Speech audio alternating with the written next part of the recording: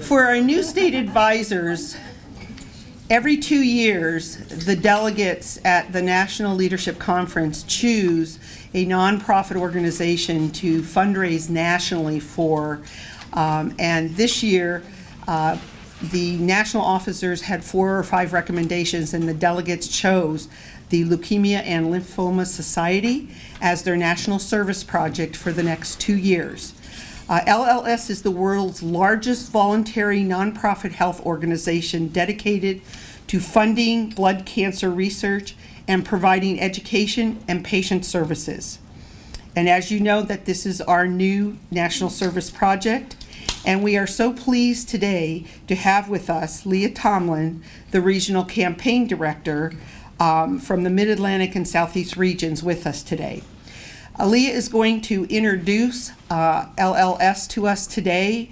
I know that as a state advisor, you'll have a lot of burning questions about how to do this, but please save them for this afternoon when we talk about the new tracking process, because she doesn't know about that part. Okay. And we don't. I'm slowly learning. Yeah. Well, we are too. So the LLS motto is "Someday is today," and HOSA is available to help make that someday now. Please welcome Leah Tomlin from the Leukemia and Lymphoma Society. Thank you. All right. Thank you for that great introduction. Again, my name is Leah Tomlin. I'm the Region Campaign Director in the Mid-Atlantic and the Southeast, overseeing our school and youth programs. And so excited to be here with you today. And as was said, we are so thrilled to have the opportunity to work with you to make someday today. So just a little bit of an agenda for our presentation today. I am going to talk a little bit more about the Leukemia and Lymphoma Society and our mission. We'll talk a little bit about what blood cancers are, since you guys are all in the health field. I'm sure you know a bit about it, but wanted to elaborate a bit and also explain how we explain that to our students that are participating in our campaigns. We'll talk about some research advancements that we're currently working on. We'll show the Fire with Fire video as long as I can figure out the technology here.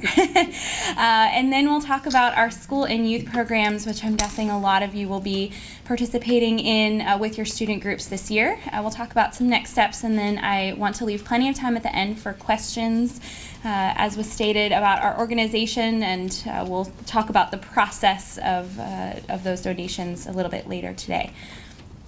So our mission at the Leukemia and Lymphoma Society is to find cures for blood cancers, leukemia, lymphoma, Hodgkin's disease, and myeloma, and to improve the quality of life for our patients and their families by ensuring access and treatments to blood cancer patients. So again, our tagline that we've had for, I think it's about 2 years now, is we are saving lives not someday, but today. So we're focused on finding that cure, not someday, but today. And LLS funds research to advance more breakthrough therapies for blood cancer patients. So the money that we raise goes to support researchers who are working to find better treatments and ultimately find a cure for blood cancer, as well as to support our patients and their families. So we help to provide financial assistance to help cover the costs of travel, medications, anything else they may incur during their cancer journey, as well as different support groups and different services are available to them as well.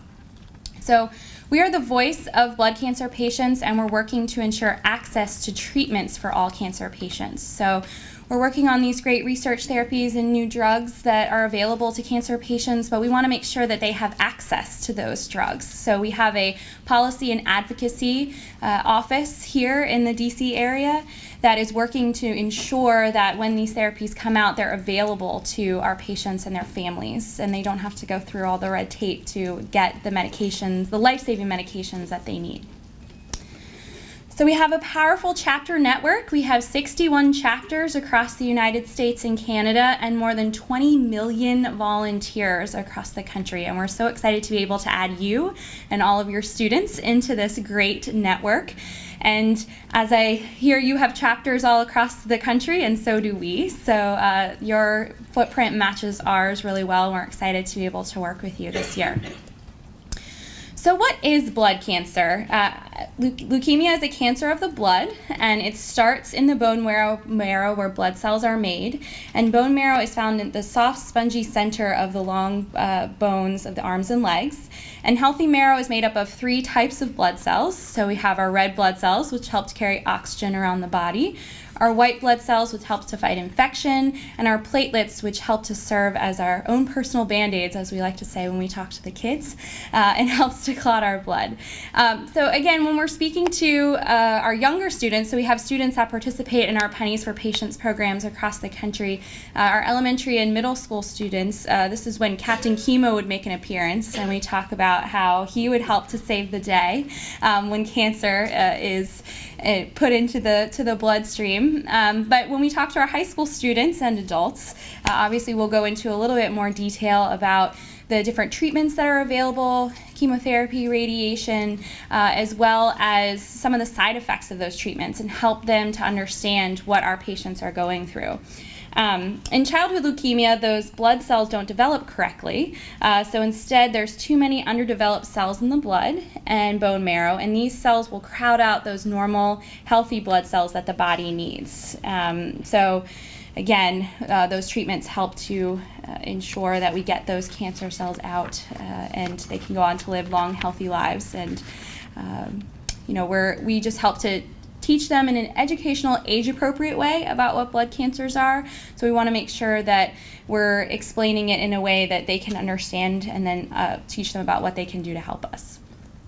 So a little bit more about blood cancers. There's more than 1 million Americans across the country that are currently battling a blood cancer, and blood cancers are the 3rd most fatal form of cancer. Only lung and colon cancer kill more Americans. So every 3 minutes, someone is diagnosed with a blood cancer, and every 10 minutes, someone loses their battle. So I'm going to be here with you for about a half an hour today. So that means that in that time, we'll have 10 people diagnosed, and 3 people will lose their battle. So it's really impactful when you look at the numbers in this way and help to share that information with the students and understand the impact that they're having on our cancer patients and their families. And leukemia is the leading cause of cancer-related deaths in children and young adults under the age of 20. So in the school and youth campaign, where I focus my time, we help to explain that this is one of the types of cancers that impacts a lot of their students and their friends that they are with during the school day. So this means a lot for the students that are working on the campaign. And we've come a really long way with our treatments. When Leukemia and Lymphoma Society was founded in 1959, the cure rate for the most common form of leukemia, acute lymphoblastic leukemia, was 3%. So essentially it was a death sentence. Now it's over 90%. So in 60 years, sometimes people say that seems like a long time, but in the research world, that's not that long. And we've come a really long way in a short amount of time. But that's just for one type of blood cancer, and it's not at 100%. So we always say it at LLS, we want to put ourselves out of the job. So we're going to continue to work until we get to that 100% cure, and we need your help to get there. So LLS is focused on cures. So some of the other cancers, like breast cancer, they have preventable measures. So you can, they focus on ways that you can help for early detection and preventable. But for blood cancers, there's no way to early detect that it's coming. So we're really focused on cures. And we're closer than ever to finding these cures. But again, we need more dollars in order to give to researchers to get there. But to date, LLS has invested more than $1 billion to research and advance therapies and save lives. So I'm going to say that again because it's a huge number, $1 billion to research to advance therapies and save lives. So we're committed to continue to fund that research until we get there. Thanks to research and access to better treatments, the survival rates for blood cancer patients have doubled, tripled, and even quadrupled since the 1960s. So I already spoke about ALL and the cure rate there. I also wanted to share about another type of leukemia called CML, so chronic myeloid leukemia, and the cure rates for that were pretty low until about 10 years ago when a researcher called Dr. Drucker was working on some therapies and developed a pill called Gleevec. I don't know if anyone's heard of Gleevec, but it's a pill that CML patients can take once a day, and their symptoms are completely gone. No need for radiation, chemotherapy, any of that. So just a pill.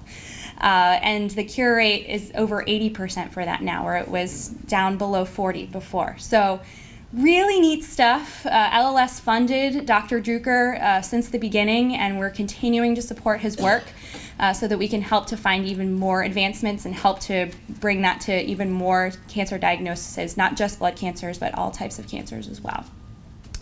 And between 2000 and 2013, almost 40% of new cancer drugs approved by the FDA were first approved to treat patients with blood cancer.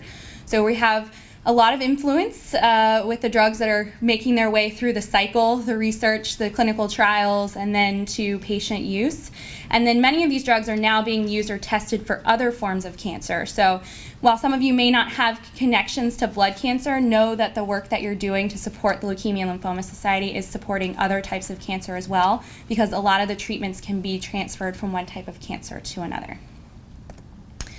And again, just wanted to show you this graph here. Since the 1960s, the survival rates have significantly increased. That Hodgkin's lymphoma, that 87%, that's due to Gleevec. And then over here, the 91%, that's the acute lymphoblastic leukemia. That's the one that I was talking about earlier as well. So we've come a long way, but we still have work to do. So what makes us unique? I want to then share one more additional great research that we are funding right now, and I'll show you the video first, and then I'll go back to explain a little bit more about it. So.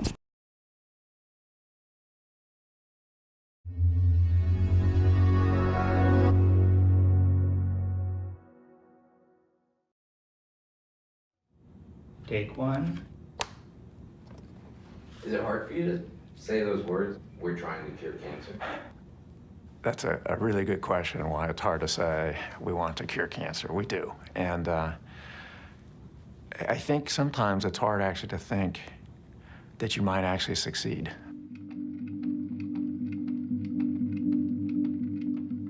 Patients that we're treating on this clinical trial have absolutely no other options left for them.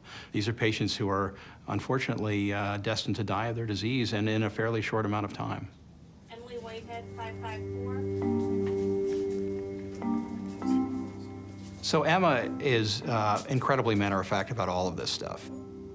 This was a child who had had her leukemia come back twice. The parents were looking for a miracle.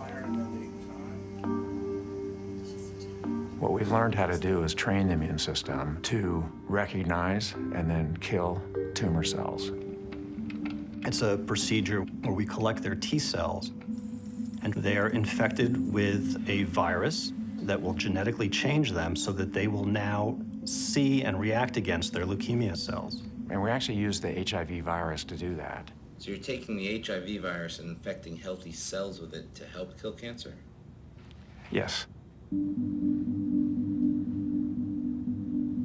The virus has been engineered so that it can't cause disease anymore.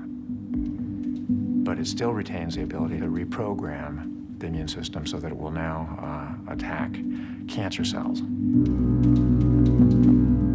We call those modified immune cells serial killer cells. Each infused cell can kill more than 1,000 different tumor cells.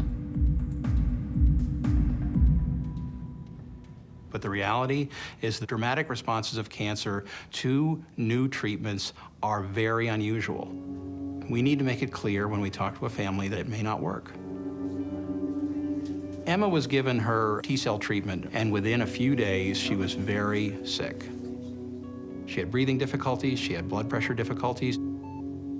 We knew that she could not have gotten any sicker without actually dying. But then a remarkable thing happened. The T cells were growing, they were starting to fight the cancer. Within hours, Emma's fever disappeared. It was like the calm after the storm. The clouds went away, and she woke up and there was no leukemia.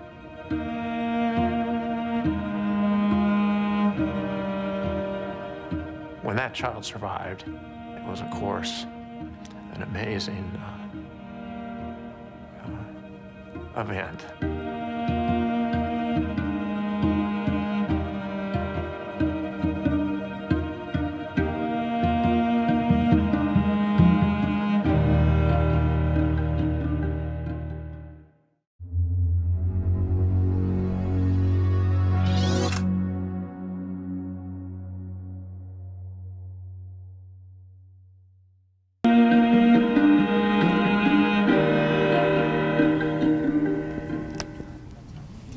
So amazing stuff, right?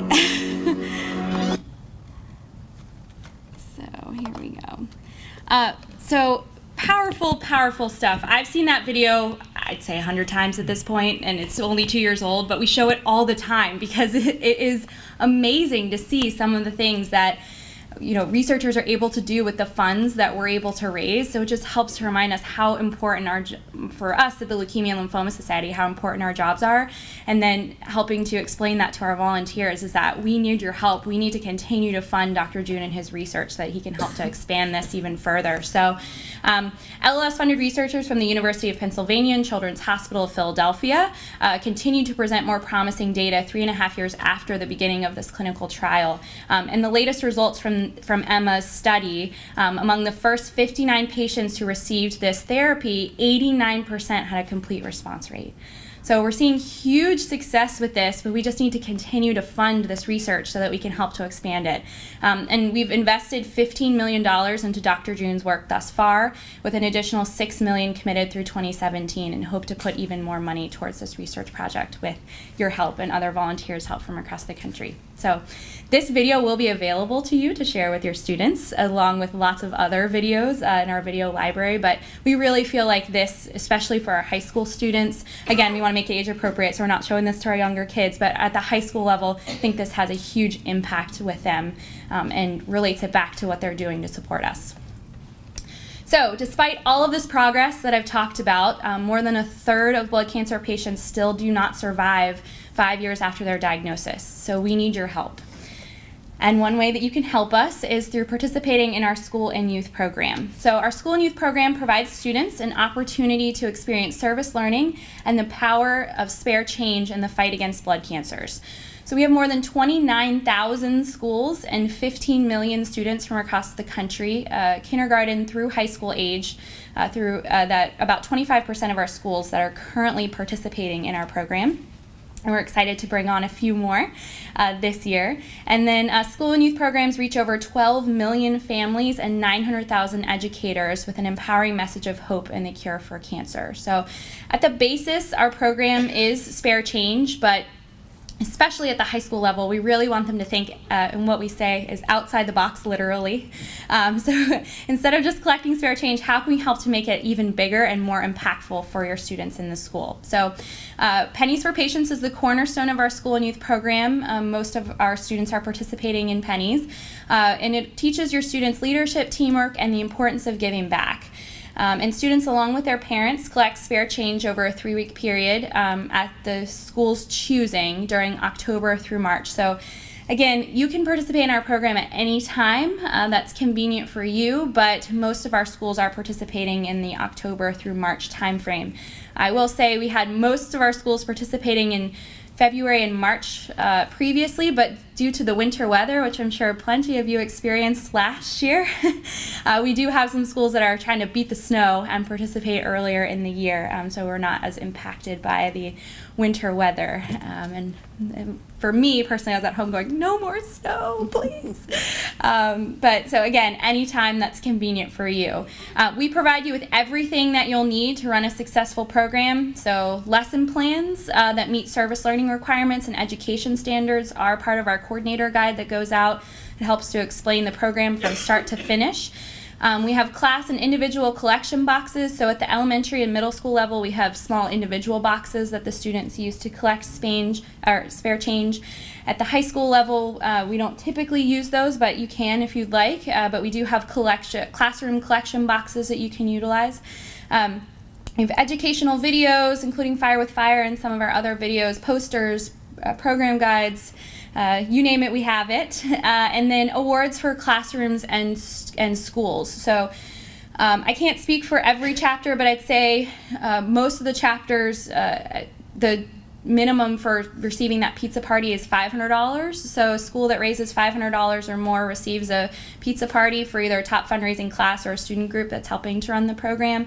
And there are different incentives locally for schools that participate. So again, I would ask you to check in with your local chapter to determine what the specific incentives are for their chapter. We also conduct educational kickoff assemblies to help teach the children about blood cancer and get them excited for their campaign. So again, at the elementary and middle school level, we have Captain Chemo come in at the kickoff assembly and save the day. And then at the high school level, we don't do as many kickoff assemblies, but really what we like to do is come in and do a meeting with you and your student group to help you plan. So we want to be part of your process. We want to make sure that you're successful, and we want to personalize this for you. So, we'll help to make sure that we've talked through some of the fun, creative ideas that other students have done to help raise money. And then you guys will probably have some ideas on things that you've done in the past that have worked really well. So it'll be a true collaborative effort to make sure that your campaign is successful. And then every school is given an honored hero, a local child who's a survivor of blood cancer to help raise funds in honor of. And you might have a local hero that you know already that you'd like to honor through your program, but we also will provide you with that story to help put a face to the mission. And many schools have students write letters or draw pictures to their honored hero to help connect them even closer to the mission as well.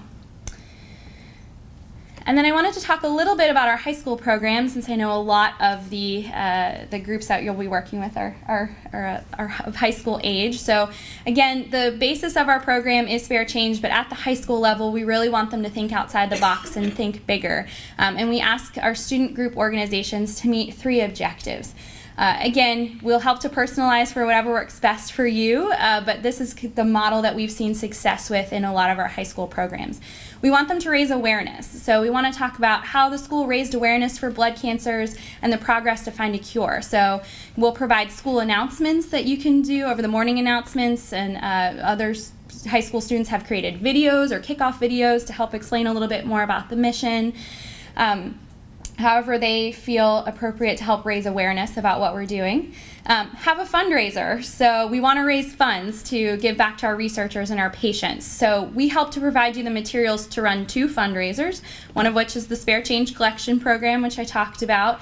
But at the high school level, we see less classroom competition. I know we do at the elementary and middle, we really promote doing a classroom competition to see who can raise the most. But at the high school level, there are so many homeroom classes and lots of students that sometimes that model doesn't work as well there, but we'll help to think about how would be best for you guys to fundraise. I've seen competitions between the grades, so freshman, sophomore, junior, senior.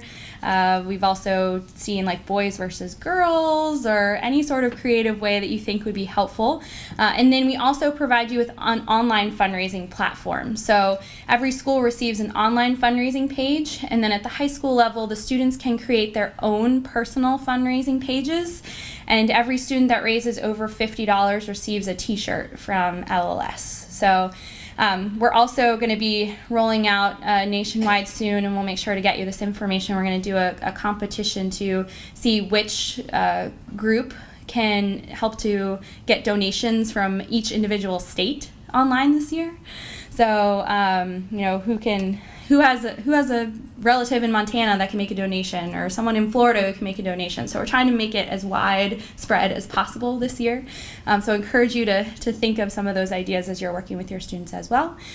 And then community connection. How did you get the word out into the community about the things that you're doing? So if you put something in the newspaper or an email announcement, think about where these students are also connected. Do they, are they part of other groups at the school that may want to help run this campaign, or or do they work at a job that we may want to put a box at their job, or get them to think not just about the school community, but how they can engage the rest of the community as well. And we know planning takes preparation, and we want to be there to help you every step of the way. So again, we'll have planning meetings with you to help get your groups started.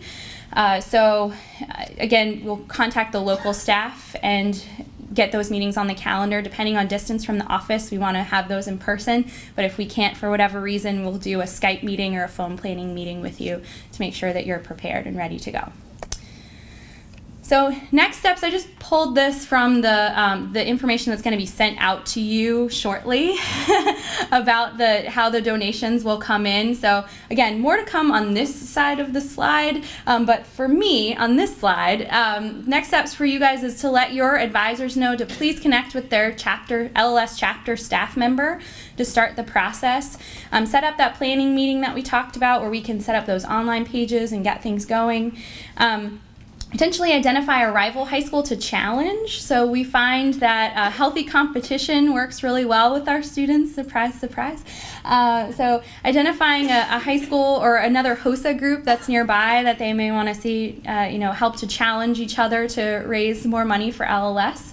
And then the one change, I think from the previous year, is that we want you to send the funds that you raise through that to your local chapter office. So I think last year with cystic fibrosis, maybe they were being sent to a national office, but we want those funds to go to the local chapter office. And again, we'll talk through that whole process later.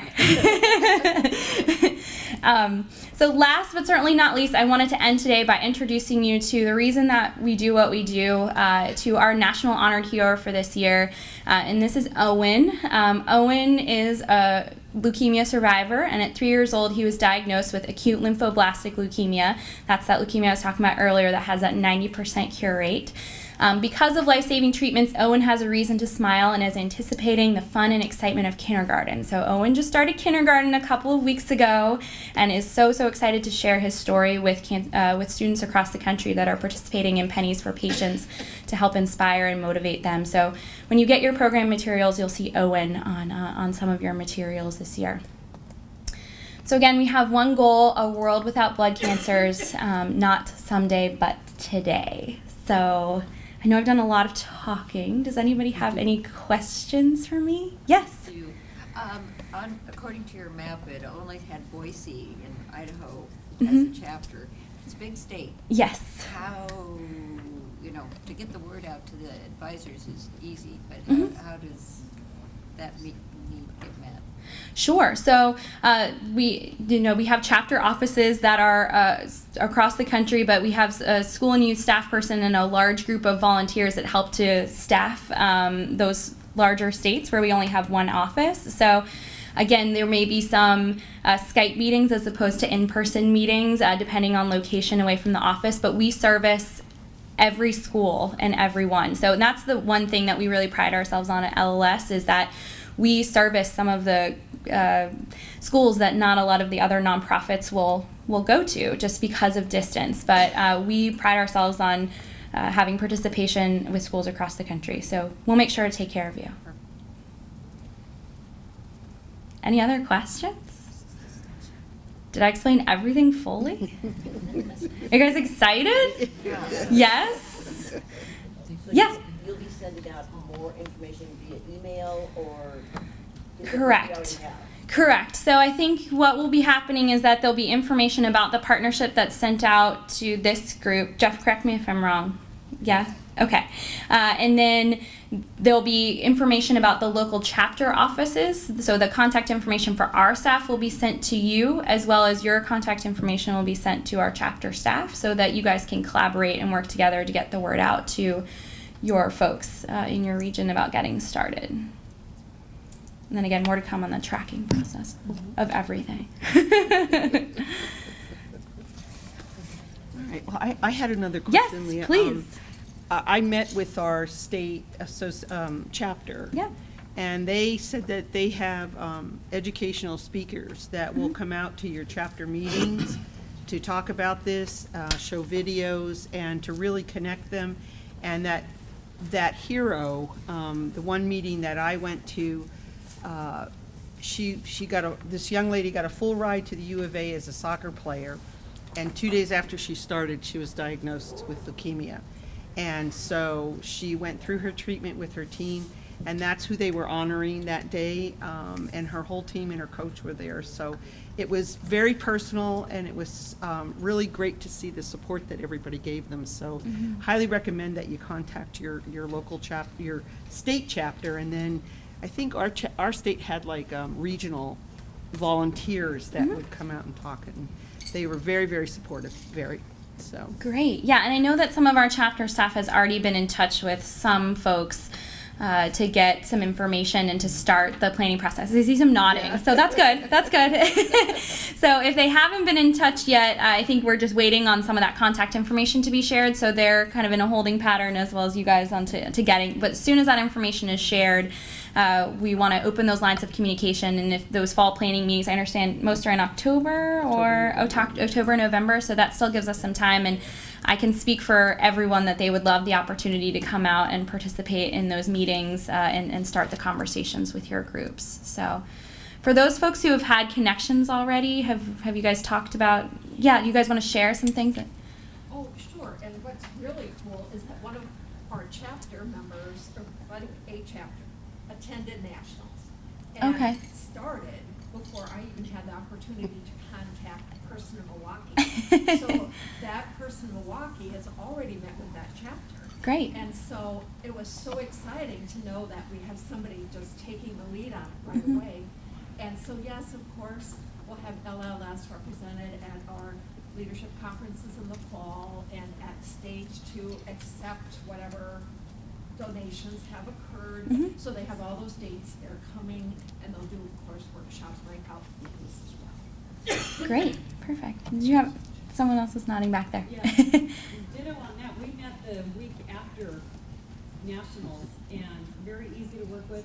But what's also nice is that most of the students know of somebody who has leukemia. We have somebody in just about every one of our major districts, whether it's a teacher or a student, who has leukemia. And so the students know it and they're willing to get on board quickly. Great. Thank you for sharing. Yes? We've been, the societies has already reached out to Ohio, and it's hitting us very hard this year because, as you guys might or may not know, that Bill Bull, the previous state advisor, was diagnosed with acute myeloid leukemia on June 2nd. So Wow. you'll be receiving an email that I forwarded to Dennis because her school is already starting a fundraiser, and that they have asked that I send it to the rest of the state advisors for support. Great, good. So, I mean, again, now we have an even more personal hero to be raising funds for this year, and just we'll make sure to keep her in our thoughts as we continue to work towards this goal together. So, any other questions or comments? No? All right, thank you guys so much. We're looking forward to working with you.